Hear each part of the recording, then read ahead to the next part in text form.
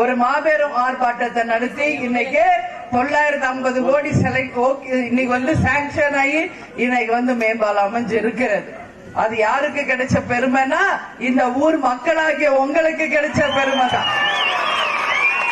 ஏன்னா நீங்க எல்லாரும் தொடர்ந்து கோரிக்கை வச்சதன் விளைவாக அந்த கோரிக்கை எங்க கிட்ட வரும்போது உங்களுக்காக அதை நிச்சயம் செய்யணும்னு வந்து நம்ம பண்ணோம். அந்த வகையில இந்த மக்களை நான் பார்க்கறதுல உண்மையில் மகிழ்ச்சி. 2026 தேர்தலில் நீங்கள் அனைவரும் ஒன்று கூடி மாபெரும் வெற்றியை அந்த நேரத்தில் வெற்றி கூட்டணியோடு வருவோம், வெற்றி வேட்பாளரோடு வருவோம். மாரியம்மன் அருளாலும் மக்களுடைய ஆதரவோடும் கேப்டன் ஆசீர்வாதத்தோடும் மீண்டும் தர்மபுரி தொகுதியை முரசு வெல்லும் என்பதை இந்த நேரத்தில் சொல்றேன். உங்களுக்கு எத்தனையோ கோரிக்கைகள் இருக்கு எனக்கு தெரியும். தர்மபுரியில இன்னைக்கு தண்ணி கிடையாது, வேலை வாய்ப்பு இல்ல, எங்க பார்த்தாலும் டாஸ்மாக் போதை, பெண்களுக்கு பாதுகாப்பு இல்லை, பாலியல் வன்கொடுமைகள், இளைஞர்களுக்கு வேலை வாய்ப்பு இல்ல, பெண்களுக்கு எல்லா பிரச்சனையும், விலைவாசி எங்கேயோ போயிட்டு இருக்குது.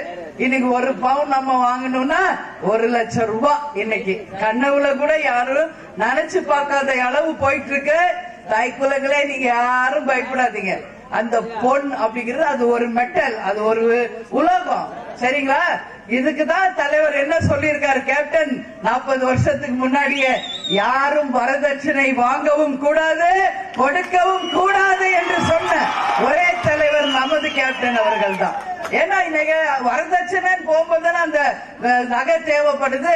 நான் என்ன சொல்றேம்மா, உங்க பொண்ணுங்களை நீங்க நல்லா படிக்க வைங்க, அவங்க சொந்த கால நிக்க வைங்க, அவங்க தங்க வாழ்க்கைய பாத்துக்குவாங்க. இந்த தங்கமோ இந்த நகையோ எல்லாம் வந்து ஒண்ணும் செய்ய போறது கிடையாது. ஓகே, அது ஒரு நம்ம குடும்பத்துக்கு ஒரு பாதுகாப்பு, அவ்வளவுதான். ஏதோ ஒரு ஆத்திர அவசரம் போய் அடமானம் வைப்போம், ஒரு காசு வேணும் அப்படின்றதுக்கு தான் அந்த கோல்டு. அதனால பட் இன்னைக்கு வந்து அது எங்கேயோ போயிட்டு இருக்குது. நிச்சயம் அது வந்து இனிமே நம்ம பெண்களுக்கு நம்ம நாட்டுக்கு அது உகந்தது இல்ல.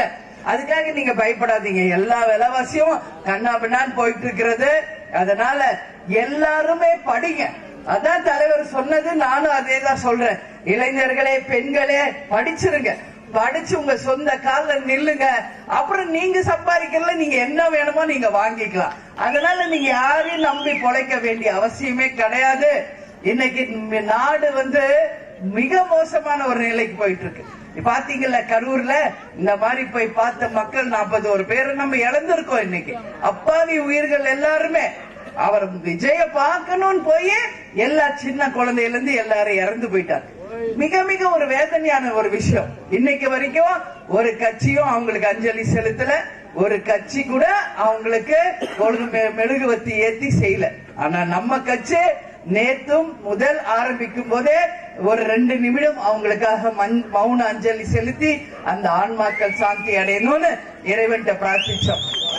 அதே மாதிரி இன்னைக்கு இப்ப நடந்த நல்லம்பள்ளியில பொதுக்கூட்டத்துல அந்த இறந்து போனவர்கள் அத்தனை பேருடைய புகைப்படத்தை வச்சு எல்லாரும் மெழுகுவத்தி ஏந்தி அவங்க முன்னாடி நின்று பூத்தூவி அவங்க ஆன்மா சாந்தி அடையணும்னு வேண்டிக்கிட்ட ஒரே கட்சி தேசிய முற்போக்கு திராவிட கழகம் தான். நான் ஏன் இதை சொல்றேன்னா, தலைவர் அவர்கள் மக்களை உண்மையா நேசிச்சார். கும்பகோணம் தீ விபத்தா உடனடியா அங்க போனார். கும்பகோணத்து அத்தனை பெண் குழந்தைங்க வீட்டுக்கு நேரடியா போய் ஒவ்வொரு வீட்டுக்கும் அவங்களுக்கு உரிய தொகையை கொடுத்துட்டு வந்தார். அன்னைக்கு 10 லட்சம் ரூபாய் கேப்டன் தான் கொடுத்தார். எல்லாம் பொய் சொன்னாங்க, நாங்க கொடுப்போம், ஒருத்தர் கூட கொடுக்கல. சொன்னதை செய்வார், அதுதான் நமது கேப்டன் அவர்கள்.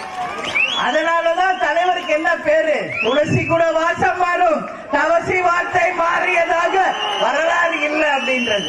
அது சுனாமி வரும்போது உங்களுக்கு தெரியாது, நான் நடுராத்திரி பாக்குறாரு சுனாமி, எங்க பார்த்தாலும் குவியலா மக்கள் சாகுறாங்க. நைட்டே கிளம்பிட்டார். நான் கூட சொன்ன விடிஞ்சு கூட போலாங்கன்னு, முடியாது, என் மக்கள் செத்துக்கிட்டு இருக்காங்க, நான் எங்க தூங்க முடியுமா என்னால? போன் அடிக்கிற டிரைவரையும் எல்லாரும் வந்துட்டாங்க. சூட்கேஸ் எடுத்துட்டு கிளம்பினவர் தான். இங்க சென்னை ஆரம்பிச்சு கடைகோடியில் இருக்கிற கடலோர அத்தனை மக்களையும் நேரடியா சந்திச்சு அவங்க துன்பத்துல பங்கேற்று அத்தனை பேருக்கு உதவி செஞ்சுட்டு அப்புறம் தான் வீட்டுக்கே வந்தாரு நம்ம கேப்டன் அவர்கள். அந்த மாதிரி ஒரு மனசு அவருக்கு. திருப்பூர்ல ஒரு வாட்டி செவரு இருந்துச்சு, 30 பேர் இறந்துட்டாங்க. நைட்டோட நைட்டா போய் அந்த மக்களுக்கு ஆறுதல் சொன்னார். இங்க திருவண்ணாமலை பக்கத்துல செம்மர கட்டை வெட்டி நம்ம ஆட்கள் பூரா அரெஸ்ட் பண்ணிட்டாங்க. நிறைய பேர் அதுல இறந்துட்டாங்க. அத்தனை பேர் வீட்டுக்கும் நேரடியா போய் பண உதவி அந்த குடும்பங்களுக்கு நேரடியாக கொடுத்து வந்த ஒரு உத்தமர் தான் நம்ம கேப்டன் அவர்கள். என் மக்களே மக்களே உங்களை தங்க தட்டுல வச்சு தாளாட்டுவேன் சொன்ன ஒரு தலைவர். ஆனா நம்ம தலைவரை புரிஞ்சுக்கல, நம்ம மக்கள் இழந்துட்டாங்க. மக்களும் தமிழ்நாடு தான் அவளை இழந்துருச்சு. ஆனா கேப்டன் கடைசி வரைக்கும் என் மக்கள் மக்கள் மக்கள்னு மக்கள் மேலதான் அவருக்கு மிகப்பெரிய பாசம். அதனால சொல்ற, யாரும் கவலைப்படாதீங்க, கேப்டன் நம்ம கூட தான் இருக்கார். அப்ப இந்த உருவமா நம்மளோட வந்தாரு. இன்னைக்கு தெய்வமாக இருந்து நம்ம கட்சியையும் மக்களையும் இந்த நாட்டையும் வழி நடத்திட்டு இருக்கார். மக்களுக்கு ஏதாவது ஒரு பிரச்சனைனால் அங்க வந்து நான் நிற்பேன், கருடராக வருவேன் என்று சொன்ன ஒரு உத்தம தலைவர் கேப்டன். எங்க போனாலும் இன்னைக்கு கருடரா வந்து இருந்தா இருக்கார். நம்ம கேப்டன் ஆலயத்துக்கு வருகின்ற அத்தனை மக்களுக்கும் உணவளிச்சு அன்பா உபசரிச்சு எல்லா மக்களையும் நம்ம வந்து அன்பாடு தான் பார்த்துக்கிட்டு இருக்கோம். அதனால அவரோட கனவு, லட்சியம், கொள்கைகளை வென்றெடுப்போம். உறுதியாக 2026 தேர்தல் மக்களுடைய ஆட்சி, பொற்கால ஆட்சி வந்து ஒரு மிகப்பெரிய ஒரு வெற்றியை நாம் அனைவரும் சேர்ந்து தரணும்னு சொல்லி கேட்டுக்கிறேன். எனவே இந்த நல்ல நாள்ல உங்க எல்லாரையும் சந்திச்சதுல மகிழ்ச்சி.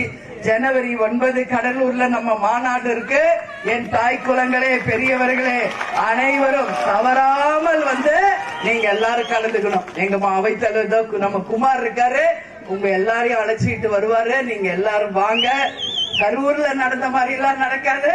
உங்களை நாங்க பாதுகாப்பாக உபசரிச்சு கவனிச்சு நீங்க எல்லாரும் வீட்டுக்கு போய் சேரகிற வரைக்கும் கண் முழிச்சு இருந்து உங்களுக்காக நாங்க அத்தனையும் செய்வோம் அப்படின்னு சொல்லி இந்த நேரத்தில் சொல்றேன்.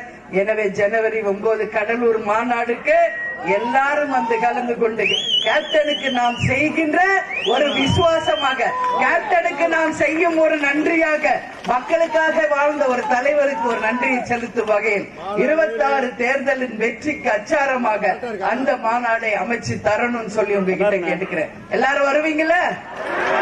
எல்லாரும் வரணும். அது உங்க மாநாடு. அந்த மாநாடு வெற்றி உங்களுடைய வெற்றி. அதுதான் 2026 தேர்தலுக்கான வெற்றி அப்படிங்கறத இந்த நேரத்தில் சொல்றேன். இந்த கோலாட்டம் போட்டு என்னை அன்போடு வரவேற்ற எல்லா தாய் குலங்களுக்கும் என் பணிவான வணக்கத்தை நான் தெரிவிச்சுக்கிறேன். குதிரை ஆட்டமா? ஆமா, அவங்களும் வந்தாங்க.